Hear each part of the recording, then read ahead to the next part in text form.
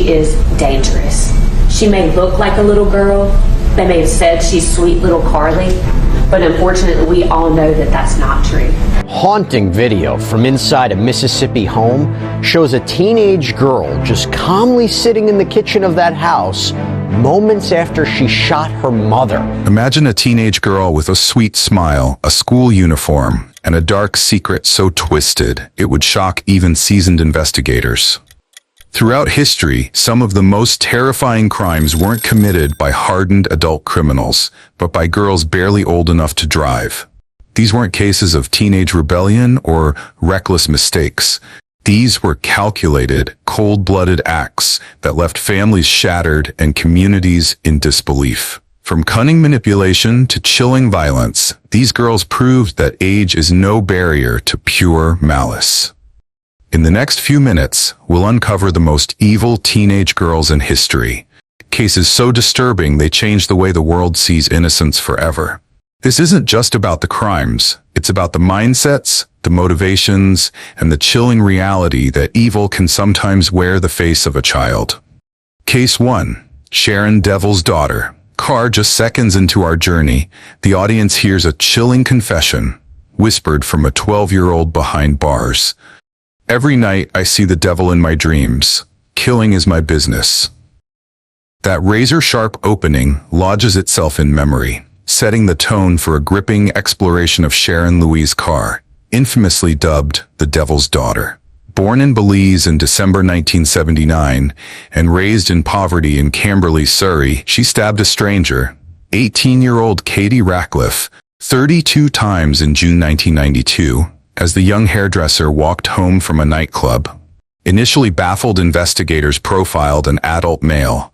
The randomness of the act and the excessive violence made the eventual revelation all the more shocking. Why would a child commit such an atrocity? Carr's early life was marked by instability. Her mother once poured boiling fat on her stepfather during a domestic violence incident.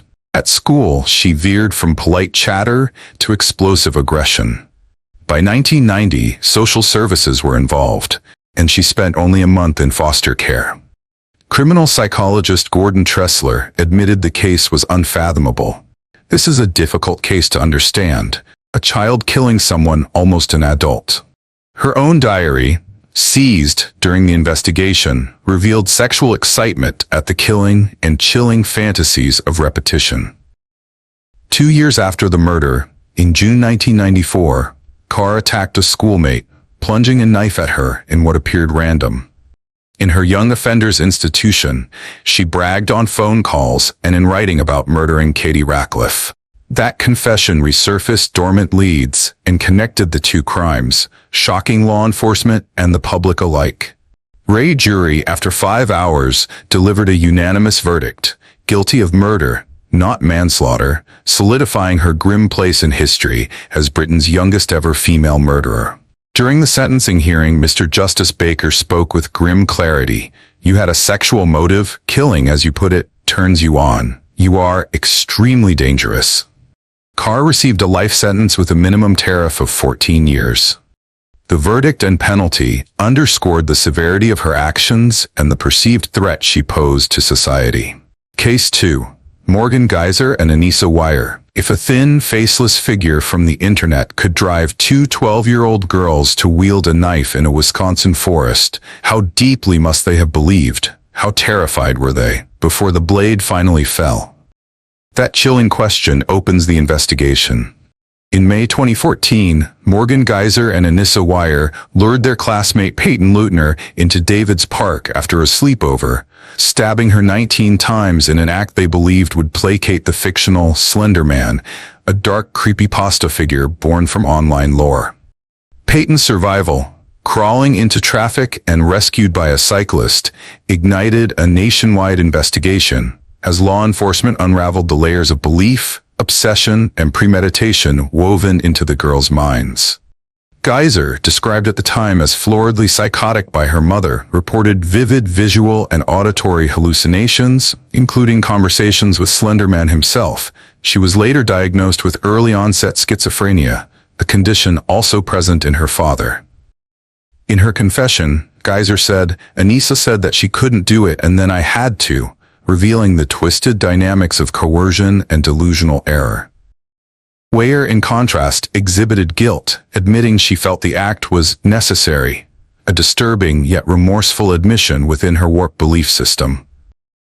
Both girls were tried as adults, an extraordinary decision in a juvenile case.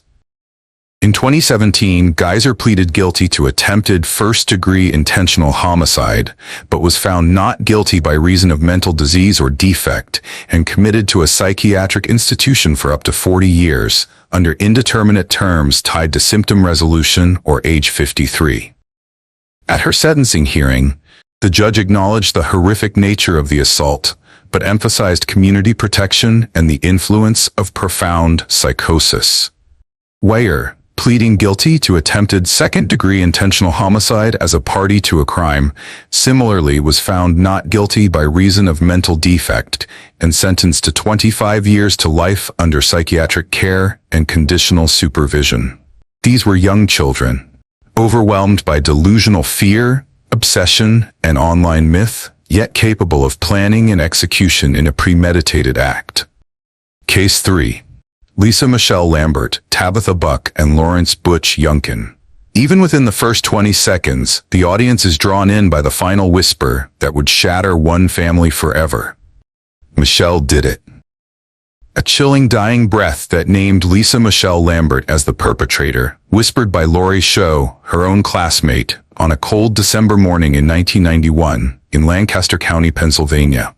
From that moment, a high-stakes psychological profile emerged. An obsessive triangle of jealousy, betrayal, and revenge. The investigation that followed exposed a complex emotional web. Lorie, 16, had briefly dated Lawrence Butch Yunkin, Lambert's on-again, off-again boyfriend. When Lambert became aware, jealousy spiraled into stalking and threats, forging a dark psychological path from teen angst to lethal intent. Tabitha Buck, Lambert's confidant, was drawn into the web. Together, they harassed Lorie with calls, confrontations, even physical aggression at mall parking lots. The audience senses how emotional wounds metastasize when left untreated. Then comes the fateful morning of December 20th, 1991. Buck impersonates Lorie's guidance counselor over the phone, luring Hazel Show away from home. Alone, Lorie is ambushed.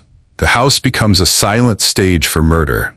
Yet even as Lorie lay dying, her final word, Michelle, became a linchpin of the legal narrative. It's a moment that sleuths and later prosecutors would seize upon to build their case.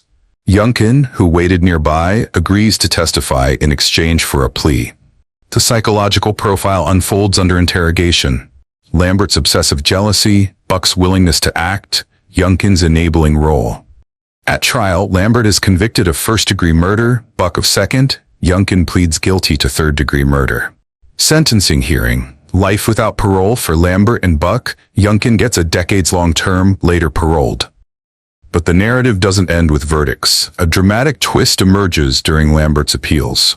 At a 1997 federal habeas hearing, Judge Stuart Dalzell calls out prosecutorial misconduct.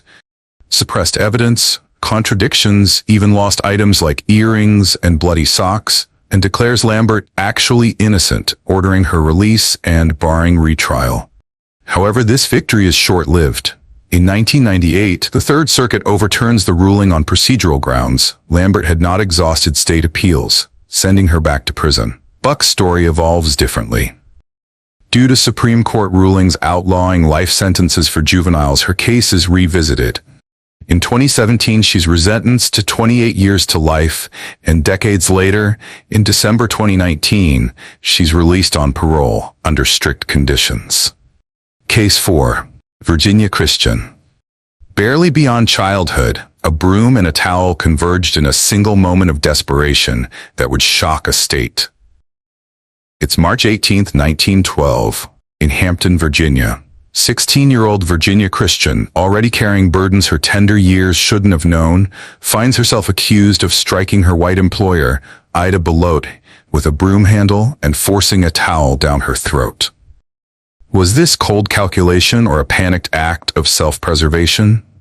That chilling question sets the stage for a grim tale of justice gone astray. From the outset, the investigation unfolds under an oppressive shadow. Minutes after the deadly encounter, Virginia departs Belotte's home, returning to her chores as if nothing has changed. Belotte's children discover her body, and authorities quickly process the scene. An inquest leaps to indict Christian before her parents can even secure legal aid. In mere hours, the machinery of the criminal justice system, then layered with Jim Crow segregation, grinds forward. Dropping out of school at 13 to support her paralyzed mother, Virginia working as a laundress for an often abusive employer, she is described by contemporary reports as intellectually below average, crazy, and dull. Was she mentally disabled, or simply a scapegoat in a system deaf to her youth and vulnerability? Tried by an all-white, male jury, chosen under discriminatory laws, her defense, led by 2 black attorneys, argues a crime of passion, not premeditated murder. But the prosecution contends the towel incident took minutes, suggesting intent. Evidence like her washing hands at the scene and her fleeing with Belotte's money turns the tide. The jury deliberates for just 23 minutes before finding her guilty of first-degree murder. Christian wished to testify, yet her lawyers denied her the chance, fearing she would alienate the jury. They later regretted it, because her voice might have humanized her, revealed panic rather than intent, and perhaps swayed the narrative. The coroner testified Belotte died of asphyxiation. Christian's father couldn't even confirm her birth year. It took family Bible entries and school records to establish she was indeed just 16 years old. No sense of mercy follows. The sentencing hearing leads to a death sentence by electrocution, mandated by law for first-degree murder, even though a statute existed to place minors in reformatories instead, if not for dragging exceptions. Despite pleas from the NAACP, National Association of Colored Women, and newspapers, from Chicago to Richmond, none could move the governor. He denies clemency, deflecting with age-old prejudices, misremembering Belotte's age, and citing Virginia's youth as evidence of criminality. Virginia Christian is executed on August 16, 1912, just one day after her 17th birthday, becoming the only female juvenile executed in or beyond the 20th century in Virginia, and the last such case in American history. Case 5. Melinda Loveless, Lorie Tackett, Hope Rippey, and Tony Lawrence. Picture this. A single knock at the door in the dead of night, 4 teenage girls promising safety, only to lure a 12-year-old into a nightmare from which there was no return. In that frozen moment, an investigation begins, a web of jealousy, trauma, and chilling violence. The psychological profile of the offender, Melinda Loveless, emerges as the centerpiece. Her childhood shattered by an abusive, predatory father, her mind steeped in violence long before that fateful night. Diagnoses of borderline personality disorder, hallucinations, and years of self-harm among her and her friends, Lorie Tackett, Hope Rippey, and Tony Lawrence, illuminate a troubled psychological landscape that investigators would later dissect in painstaking detail. From the moment Shanda Sharer was reported missing, the investigation unfolded rapidly. Hunters found her burned body the next morning. Dental records confirmed her identity. 2 of the girls, Tony Lawrence and Hope Rippey, accompanied by their parents, walked into the sheriff's office and gave rambling confessions, unraveling the entire horror in real time. Their statements formed the forensic backbone of the case, drawing law enforcement into a race to understand not just who had done it, but why. All 4 teens were charged as adults, facing death penalty exposure. To avoid that, they accepted plea deals. In court, their trial testimony revealed layers of neglect, mental illness, obsession, and allegiance to twisted loyalties. Each girl a victim and a perpetrator in her own right.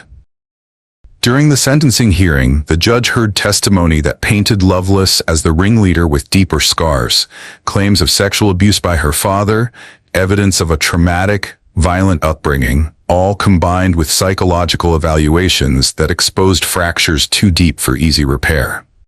Loveless and Tackett received 60-year sentences. Rippey was sentenced to 60 years with part suspended, later reduced, and Lawrence received 20 years for criminal confinement. Over the decades, each served time, Lawrence paroled in 2000, Rippey released in 2006, Tackett in 2018, and Loveless finally in 2019. Their release raised pressing questions about crime, punishment, rehabilitation, and the societal cost of trauma left unchecked. Case 6. Scarlett Jenkinson and Eddie Ratcliffe. It begins with a disquieting calm. A teenage girl, Brianna Ghey, vulnerable and trusting, lured into a park by two peers who masked deadly intent behind casual friendship. Within moments, the narrative hooks you, demanding, why would someone so young plan murder? And how did law enforcement unravel the layers of premeditated depravity? The investigation unfolded swiftly. On February 11, 2023, 16-year-old Brianna entered Culcheth Linear Park, unwittingly stepping into a meticulously planned ambush by Scarlett Jenkinson and Eddie Ratcliffe. From CCTV footage to disturbing messages recovered from their phones, detectives reconstructed a chilling timeline. The girl who thought she was meeting friends was instead walking into unspeakable violence. Forensic evidence tied Ratcliffe to the scene, blood on his clothing and the hunting knife he carried, while Jenkinson's bedroom yielded a handwritten murder plan and a kill list. Investigators pieced this together through witness statements, digital communications, and forensic science, a textbook example of meticulous law enforcement strategy.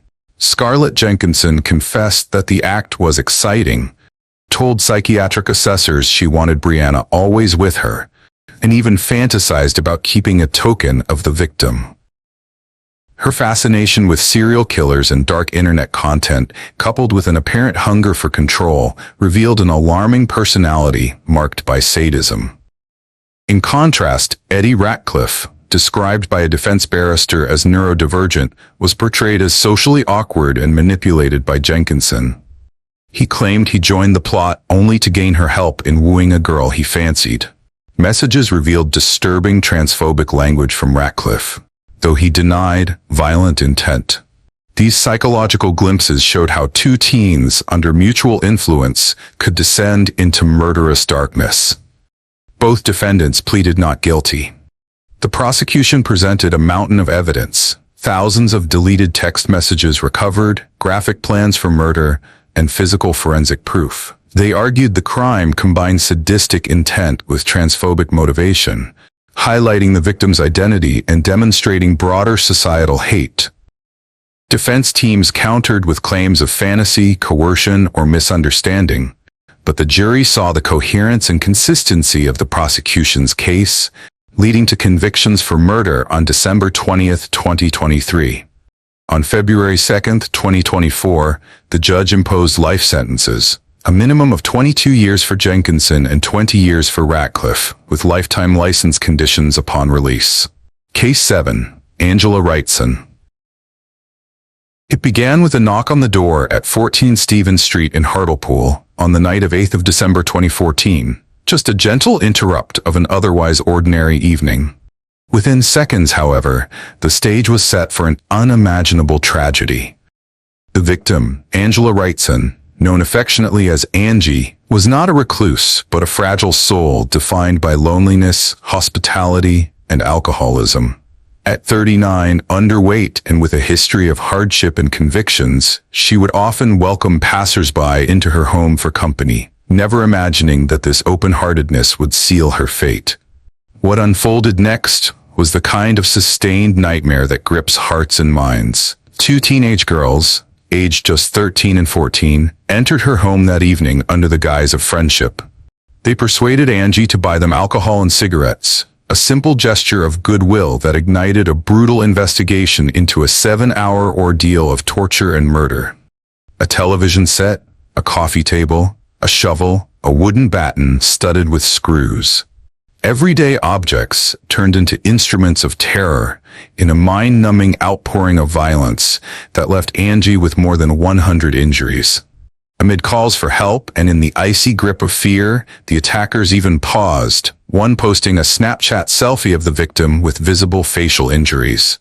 At dawn, Angie lay motionless on the couch. The perpetrators, strikingly calm, contacted the police for a ride home and continued to take selfies, even as they sat in the back of a police van. Cleveland police launched an immediate murder investigation, and the two girls were arrested that same day. The legwork that followed involved painstaking gathering of digital evidence, CCTV footage, witness statements, and painstaking reconstruction of the timeline. Their actions, so brazen, so incomprehensible, shook the public and law enforcement alike. As the psychological profile of the offenders came under close scrutiny, both girls had histories of abuse, neglect, frequent absconding, underage drinking, and even sexual activity. They were in the care system. The first trial, scheduled for July 2015, collapsed under the weight of social media's corrosive influence.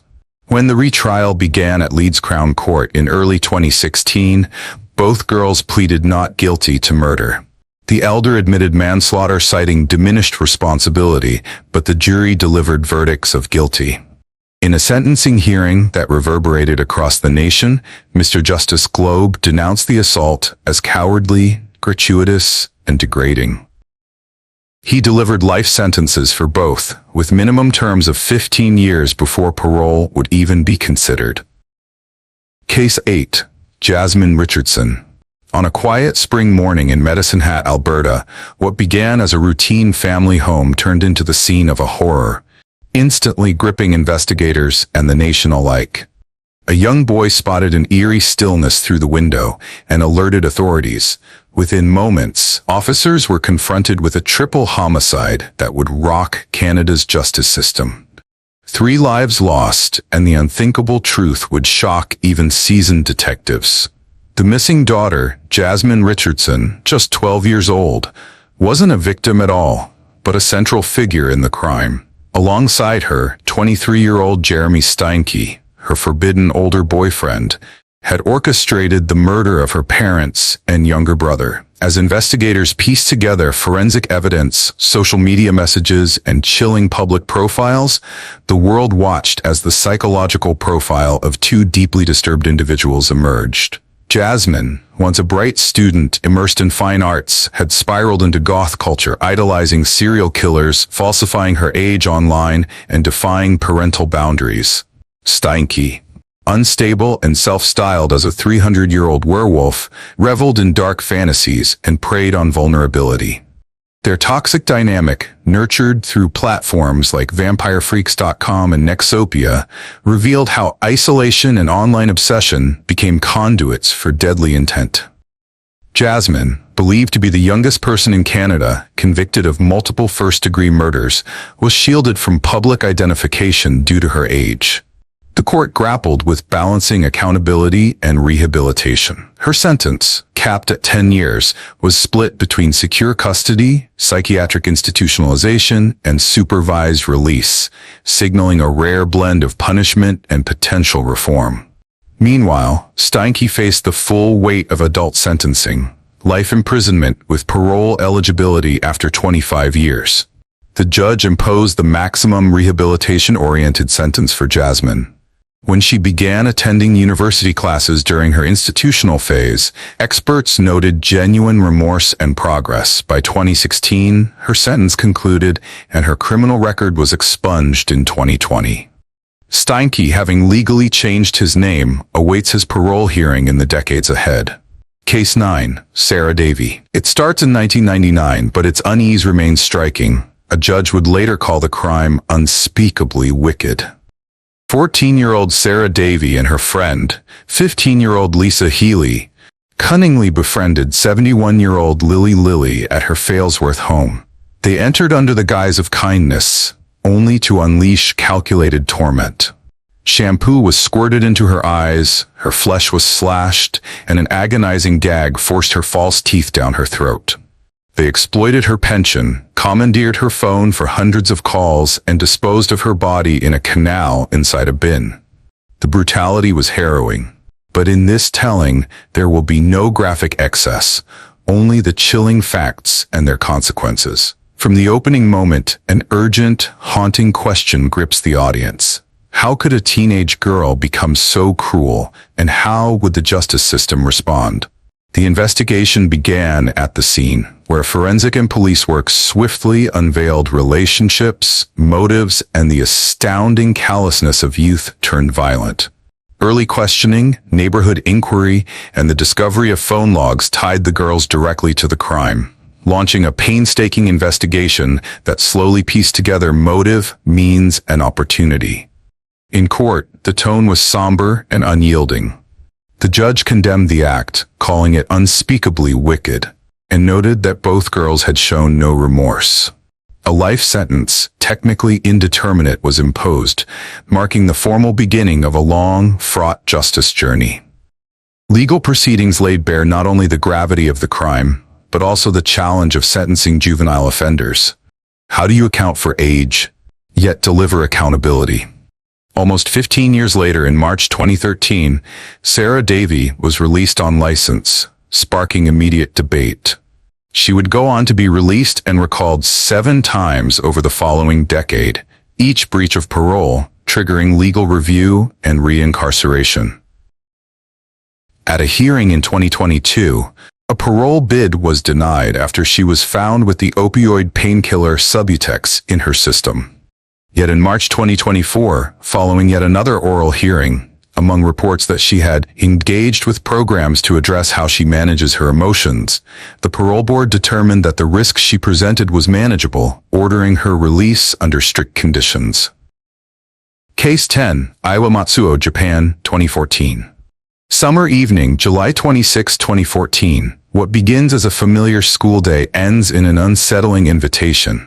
A 15-year-old, Iwamatsuo, disappears after shopping with a classmate in Sasebo, Nagasaki. Within hours, the promise of innocence dissolves into a web of suspicion and horror. So begins an odyssey of investigation, psychological inquiry, and the darkest portrait of a disturbed mind. As police launch into the investigation, grim discoveries emerge. In the suspect's apartment, tools lurk: hammers, saws, rope, cryptic artifacts of violence. Iwa's body is found decapitated, her left hand severed, stomach opened. The perpetrator, a fellow student months older, voluntarily living alone after her mother's death, confesses without hesitation, "I wanted to kill someone. I wanted to dissect a body. I bought tools myself," she tells authorities. Within hours, posts appear on 2 Channel, graphic hints, a chilling fascination with bodily remains, and an eerie detachment. From the earliest moments, the psychological profile unfolds. A sharp, once well-adjusted student whose emotional world had frayed. She had previously attacked a cat, dissecting it, and even attempted to poison classmates with bleach in earlier school years. A prior attack on her own father using a metal bat led to her moving into solitary residence. A psychiatrist had warned a child consultation center that, if left as she is, she could kill someone. A warning tragically unheeded. The court considers Japan's juvenile justice system, balancing public safety, rehabilitation potential, and moral accountability. The hearing grapples with whether the suspect's youth and mental instability call for rehabilitative intervention or a punitive response meant to deter future tragedies. The family of Iwa, grief-stricken, demands justice suffused with sorrow. Her father voices that the act can never be forgiven, lamenting that his daughter was denied a future. Case 11, Carly Gregg, Mississippi, USA. The camera opens on a quiet Mississippi home, and within seconds, what appears ordinary becomes chilling.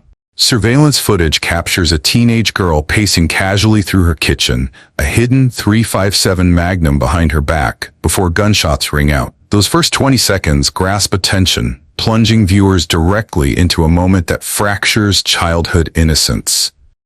In Mississippi, 14-year-old Carly Madison Gregg lived with her mother, Ashley Smiley, a high school math teacher.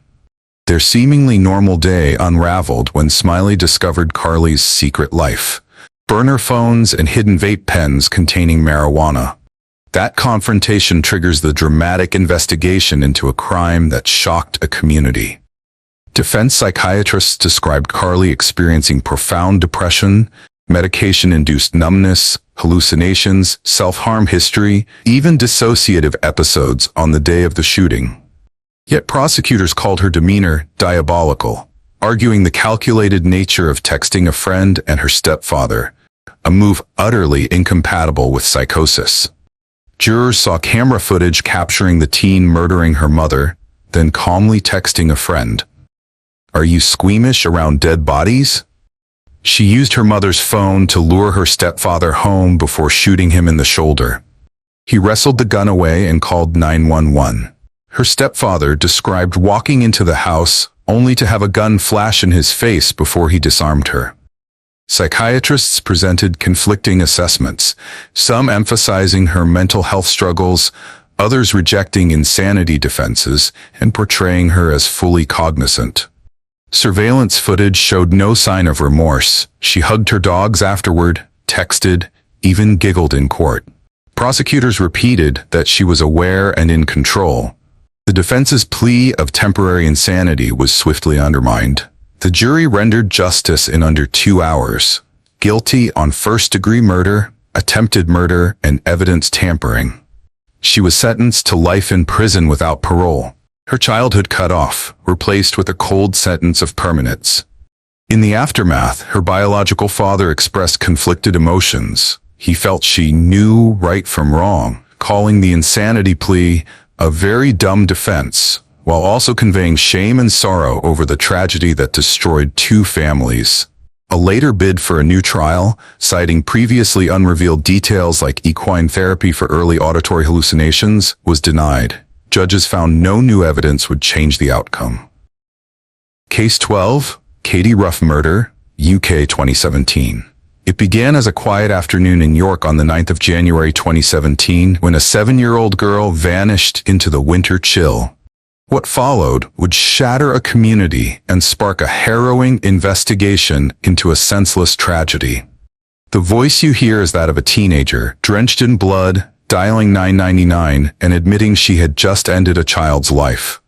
Within seconds, what seemed like a desperate confession became the opening chapter of a grim and unforgettable story. The investigation unfolded with extraordinary speed and professionalism. Officers sealed off the playing field in Woodthorpe, combing every inch until a local resident discovered the young victim's body. The autopsy later revealed she had been suffocated, smothered with a glove, and post-mortem slashed with a Stanley knife, indicating a distorted, disturbing intent. As investigators probed the perpetrator's background, they uncovered fragments of a troubled young mind. The psychological profile that emerged painted a portrait of a teenager besieged by psychosis, suffering from auditory hallucinations and delusional beliefs, convinced that those around her, including family, were not human but robots. She had self-harmed repeatedly, cut herself with blades, withdrawing from school, and was recognized as dangerously disturbed years before the attack. When the case entered the realm of legal proceedings, the initial charge was murder, but mental health assessments complicated the path forward. Multiple psychiatric evaluations failed to reach a unifying diagnosis, though they consistently concluded her mental state was impaired at the time of the killing. The Crown Prosecution Service offered her the option to plead guilty to manslaughter on grounds of diminished responsibility, and she accepted that plea on the first day of the trial, 3rd of July 2017. A youth lawyer called her extremely troubled and damaged, and evidence showed premeditation. The chilling question of whether she believed Katie was human was not random, but rooted in delusional thought. The court learned the possibility of psychosis had been flagged a month before the killing, yet no meaningful follow-up had been undertaken. At the sentencing hearing on the 24th of November 2017, the judge delivered a verdict that balanced public safety with the realities of mental illness. He concluded that the threat she posed was high, and that no alternative existed to ensure the public's protection. As a consequence, she was detained for life with a minimum term of 5 years before parole consideration. If these stories made you think twice, if they gripped you, shocked you, or left you craving to know what lies beneath the surface, hit that subscribe button now and join the Mindframe True Crimes family. Every week, we dive deeper into the hidden corridors of the human mind, unraveling the truths behind the headlines and the secrets even courtrooms can't fully reveal. And to all my loyal subscribers and returning viewers, thank you for keeping your mind in the frame. You're the reason we can keep shining a light into the world's darkest corners. Stay safe, stay vigilant, and remember, the mind is the most dangerous place of all. This is Mindframe True Crimes. Until next time.